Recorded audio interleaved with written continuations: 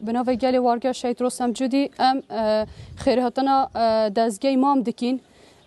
و ام گل اکسپاسیون خو پیشکشی وان دکین جبو دوان شرط و مرجن گرانی وارگه کو اف 10 مانگا امبارگو یک لسر وارگه هاتیه دانین او دبن هاتنا ویروس کرونا یا کو روش لسرانسری جهان او هریما کردستان جی آورته اعلان هاتیه کرن ئەمڕۆ ئێمە بە خۆشحاڵیەوە توانیمان بەشێ لە ئەرکەکانمان جێبەجێ بکەین بەوەی هاوکارەکانی دەستگای مرۆیی مام بگەێنین بە کەمپی مەخمور ئەو کەمپەی کە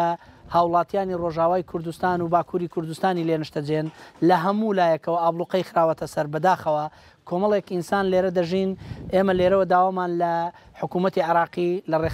ڕێکخراوە نێودەوڵەتیەکان لە تەواوی خێرخوازان هەن کە ئاوڕێک چۆن لە خەڵکی باشووری کوردستان لە ئەزمەی کۆرۆنایا ئەدرێتەوە ئاهواش ئاوڕێک لە کەمپی مەخمور بدرێتەوە بۆیە ئەوەی کە دەستگای مرۆیی مام ئەمڕۆ لێرە جێبەجێی دەکات بە تەنها ئەرکە لەبەرەوەی خزمەتگوزارەکانی دەستگای مرۆیی مام بەبێ جیاوازی